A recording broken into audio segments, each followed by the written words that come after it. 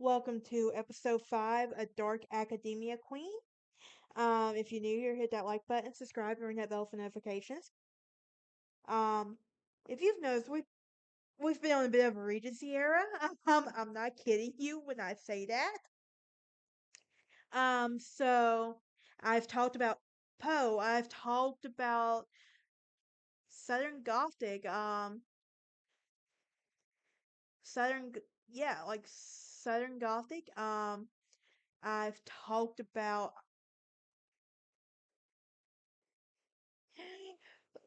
like courting, like what was life like court having a court and everything. Um, Now we're gonna talk about the Georgian era, and I promise you, after this episode, we're gonna switch to back to genre of literature that I've been wanting that's gonna coincide with this whole time frame. I promise you.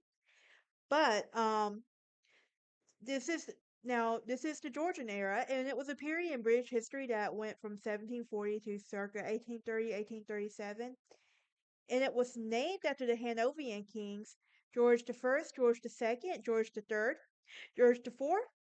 It is also extends to the relatively short reign of William the Fourth that ended in 1837. Now it's also important to note that this subperiod when we talk about the subperiod in the Regency era, it is defined by Regency of George the Fourth as the Prince as Prince of Wales during the illness of his father George the Third, and what would and it is would eventually transition to the era Victorian era, which was characterized in religion.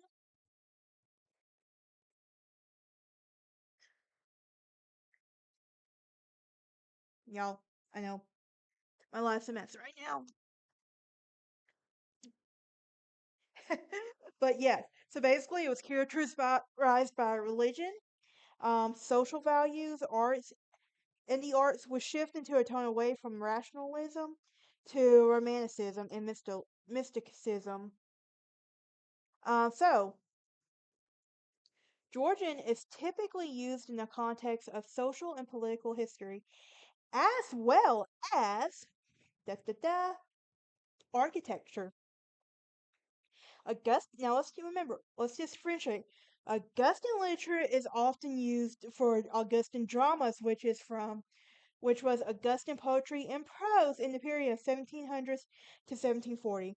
It is also referred to the acknowledgement of the influence of Latin literature from the ancient Roman Republic. Now, George, now the Georgian Regency, the Georgian era is not applied to the time of the two 20th century British kings named George V and George VI. These periods are simply referred to as Georgian. So, Georgian society and its preoccupations were well portrayed in the novels writing such as Daniel Defoe, Jonathan Swift, Samuel Richardson, Henry Fielding, Lawrence Sterne, Mary Shelley, and Jane Austen. Characterized by the architecture of Robert Adam, John Nash, James Wyatt, and emerged as the revival style and the emergence of the Gothic revival style. Like that's my favorite area. You guys don't know. But it harkened back and it was supposed to be the golden age of building and design. And the flowers of the arts, the flowering of the arts were most vividly shown in the emergence of the Romantic poets, principally through the Taylor Coleridge, William Wordsworth, Percy Bysshe, Shelley, William Blake, John Keats, Lord Byron, and Robert Burns, their work was ushered into a new era of poetry characterized by vivid and colorful language, evocative by elevating ideas and themes. The paintings of Thomas Gainsborough, Sir Joshua Reynolds, and the young J.M.W. Turner and John Constable illustrated the challenging world of the Georgian period, as did the works of designers as well. It like the capability like Culpability Brown, the landscape designer. Finding some examples of these distinctive Georgian architectures are the Edinburgh New Towns, Georgian Dublin, Grangertown and Newcastle upon Tyne, the Georgian Quarter in Liverpool, and much of Bristol and Bath. I would love to go to Bath. I want to have my Little Women moment so bad. I will I want to have that moment so bad. Like I'm running through the field of Bath and saying, I don't think I'll ever be a Marian type. Anyway, um, music in this time was like John Feld, Handel, Haydn, Clementi, Johann Christian Bach, William Boyce, Mozart, Beethoven, Mendelssohn, and which was one of the most popular in England at that time.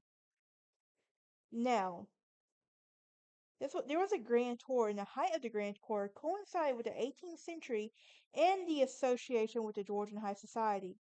The custom saw young upper class Englishmen traveling in Italy by way of France and the Netherlands to intellectual and cultural purposes. Notable historian Edward Gibbon remarked for a grand tour as useful as intellectual self improvement. The journey to stay abroad will usually take a year, and this would eventually lead to a basis for the acquisition and spread lots of collections back to England as well as fashions and paintings from Italy. The customs also helped popularize the macaroni style and is soon to be fashionable at this time. Now, it's also led to some social change. So, let's talk about 18th century London. It was a time for immense social change in Britain. With the beginning of the Industrial Revolution, that would begin the process of intensifying the class division and emergence of po- rival political parties such as the Whigs and Tories. In rural areas, especially in the agricultural revolution, there was a huge change in the movement of people in the decline of small communities. The growth of these cities in the beginning of the integrated transportation system, but nevertheless, as rural towns and villages declined and work began to become scarce, and there was a huge increase in immigration in Canada, the North American colonies, and other parts of the British Empire. This would also have an uh, evangelical religion and social reform. And in England, the movement inside and outside the church gained strength in the 18th century and early 19th century, and the movement challenged the traditional religious sensibilities and emphasized a code of honor for the upper class and civil behavior for everyone else together in faithful observance and rituals. John Wesley and his followers preached a revivalist religion, trying to convert as many as personal relationships with Christ through Bible readings, regular prayer, especially the revival experience. Wesley would introduce 52,000 times, calling on men and women to redeem the name and save their souls. And Wesley always operated inside the Church of England, but at his death, his followers set up the outside institutions and became the Methodist Church. It stood alongside the traditionalist nonconformist church, Presbyterians, Congregationalists, Baptists, Unitarians, and Quakers. The nonconformist church, however, was less influenced by revivalism. Now, the Church of England remained dominant in England, but it is also had to get such growing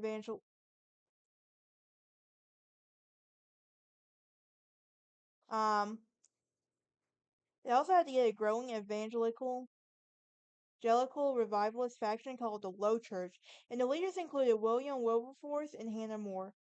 It is also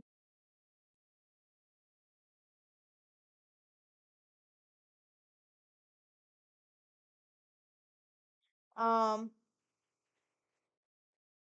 so yeah, but it also did seek political reform, but Rather than the opportunity to save the souls through political action by freeing slaves, abolishing the laws prohibiting cruelty to children and animals, stopping gambling, and avoiding frivolity on the Sabbath, they read the Bible every day.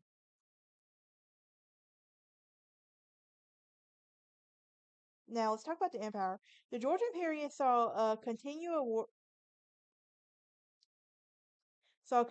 warfare with France and the primary enemy, and major episodes including the Seven Years' War, known in America as French and Indian War, the American Revolution and the French Revolutionary Wars, the Irish Rebellion, and the Napoleonic Wars, and the British won most of those wars except for the American Revolution. Hence, yeah. So, with the combined weight of the US, France, Spain, and the Netherlands overwhelmed Britain, which stood alone without allies. Let's talk about the British Empire at the end of the Napoleonic Wars in 1815. So the loss of the colonies were national disaster, and commentators at home and abroad speculated on Britain as a great on the end of Britain as a great power. In Europe, the wars in France dragged on for nearly a quarter of a century. And Britain organized a coalition after coalition, even its support financial, to subsidize the infantry forces and build its navy to maintain control of the seas. Victory over Napoleon at the Battle of Trafalgar and the Battle of Waterloo under mid Admiral Lord Nelson and the Duke of Wellington brought sense of triumphalism in the political reaction.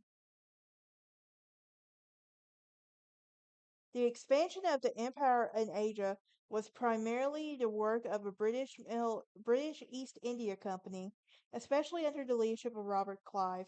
Captain James Cook was perhaps the most prominent, and many explorers of the geographic resources and the Royal Navy to develop an empire for many scientific discoveries, especially in Australia and the Pacific. Instead of trying to recover the lost colonies in North America, the British built and up in Asia largely as the new Second British Empire. The new empire flourished during the Victorian and Edwardian eras, and which were to follow. Now let's talk about the trading nations, primarily East India and China seas. Now, the era was prosperous as entrepreneurs extended the range of their business around the globe. By the 1720s, Britain was one of the most prosperous countries in the world, and by Daniel Defoe boasted. So while the major powers were primarily motivated toward territorial gains and protection of dynasties, Britain had a different set of primary interests. Its main diplomatic goal was building a worldwide trading network for its merchants, manufacturers, shippers, and financiers. This required a hegemonic royal navy so powerful that no rival could sweep the ships from the world's trading routes or invade the British Isles. The London government enhanced the power sector, incorporating numerous privately financed London based companies and establishing trading posts and opening import exports businesses across the world. Each would give a monopoly to the trade of specified geographic regions. The first enterprise, um, the Muscovy Company, set up in 1555 to set up trade with Russia.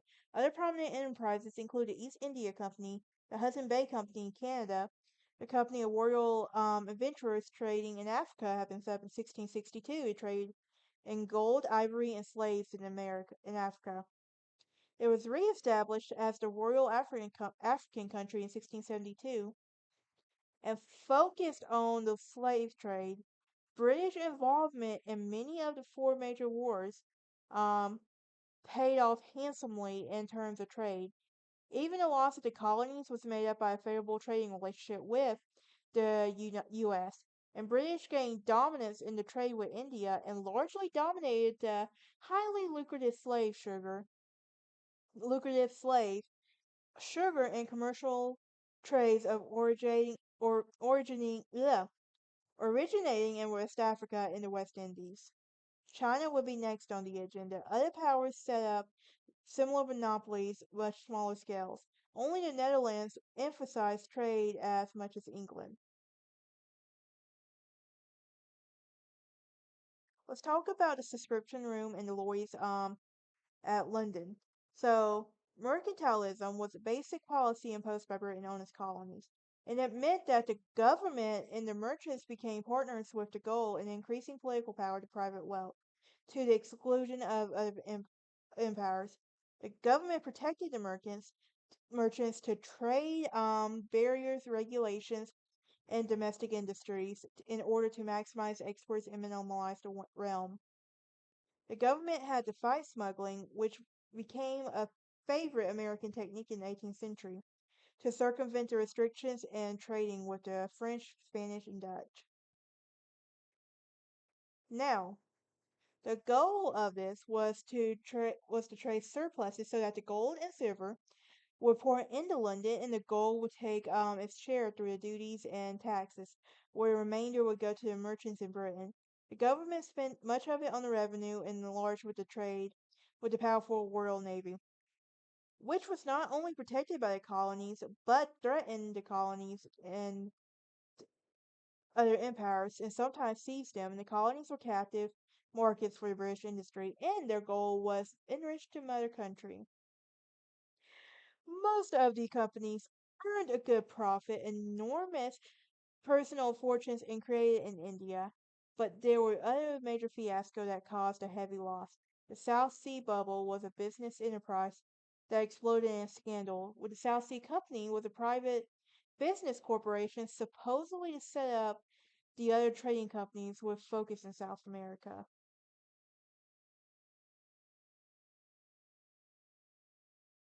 Its actual purpose was to negotiate previous high-interest government loans amounting 31 million euros through market manipulation and speculation.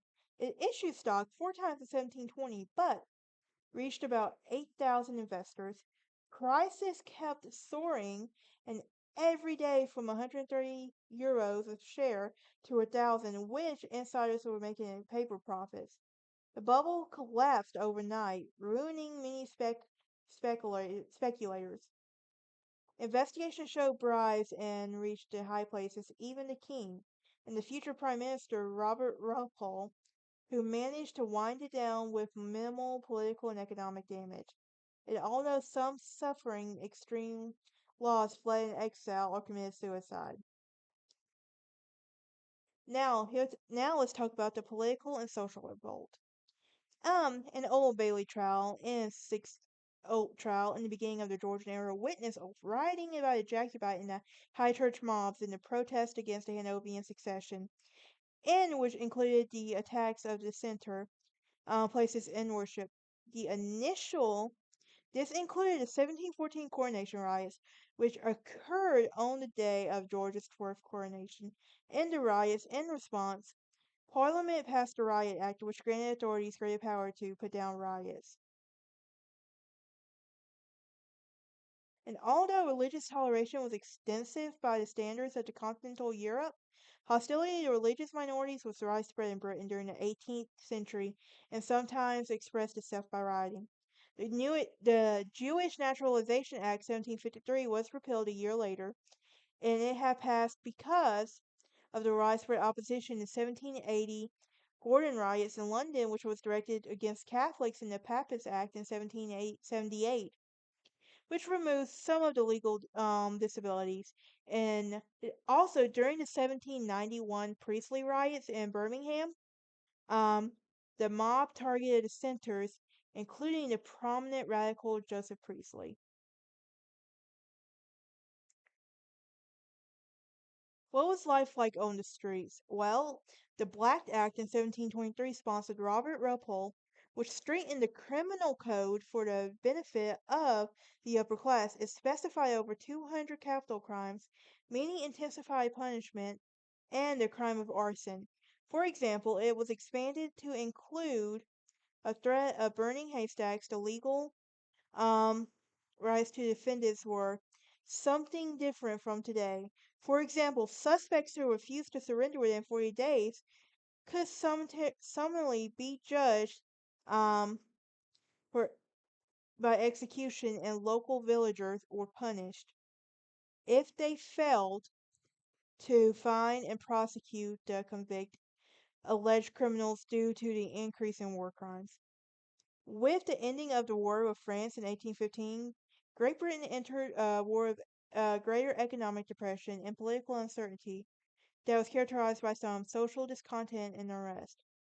So the Radical Political Party published a leaflet letter called the Political Register, also known as the Twopenny Trash, into its rivals. So this so-called March of the Blanketeers saw 400 spinners and weavers from the March in Manchester and the London in March 1817 to hand to the government as a petition.